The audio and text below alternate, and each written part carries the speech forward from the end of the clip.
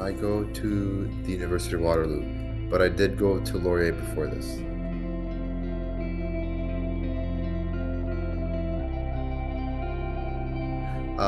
Well, initially I chose Laurier because out of convenience, because that's where my family was and it was just close by. I could live at home and go to school. But then I chose University of Waterloo after because they have a very, very good program for engineering and specifically with their co-op program.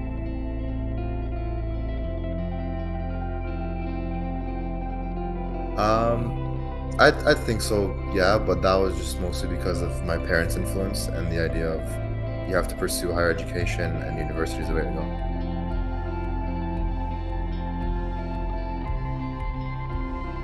In some ways, well, my program is kind of interesting because we have our cohort of like 80 students and we kind of we stick together throughout the years. So we don't have, you're with the same people every class for every year, for your 4 years. Other than that, the difference is pretty major in terms of workload and expectations and how much hand-holding I'd say there is. For example, in high school, your teachers might kind of hunt you down for your work or they might keep reminding you for it. But in university, no one's going to do that kind of thing.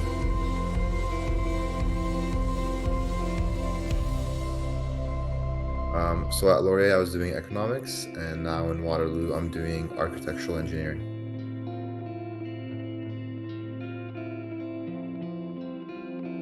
In economics, it was a bunch of economics courses and some basic calculus and algebra.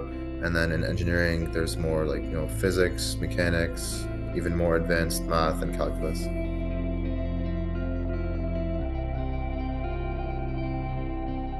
So yeah, for Laurier, it was kind of just a backup plan. And then for the engineering program, I initially had an interest in architecture, but I am in no means an artsy person. I have like no portfolio. I can't draw for anything. So I guess I was more inclined to the engineering side. And then having this program of architecture engineering, it was like perfect in between where my skills applied to it and I could actually get in and do something with it.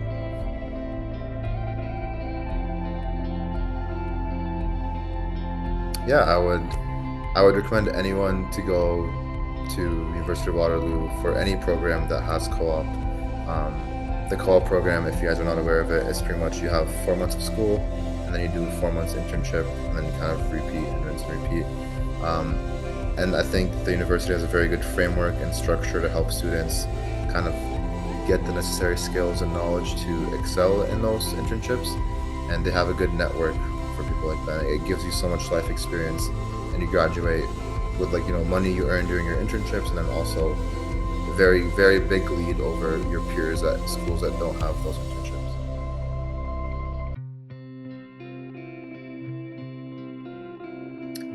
So I'll most likely be an engineer.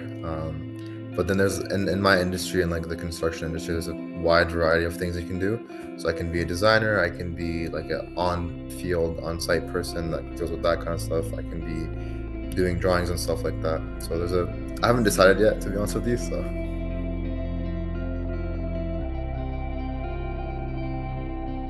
do your research, figure out what you want to do, and find the best school to do that. And then I guess hand in hand with that piece of advice is try and do as many extracurriculars and do as many like different classes. Like I know in Blue Valley you have like workshop or like the car one, whatever it may be, or the visual design one. So my advice is find out what you like before you have to go into university and then go into program that is within that. And then even in university, I think there's a stat where it's like 40% of people end up switching their program after first year. So don't be scared to switch up because everyone has their own pace of finding what they like.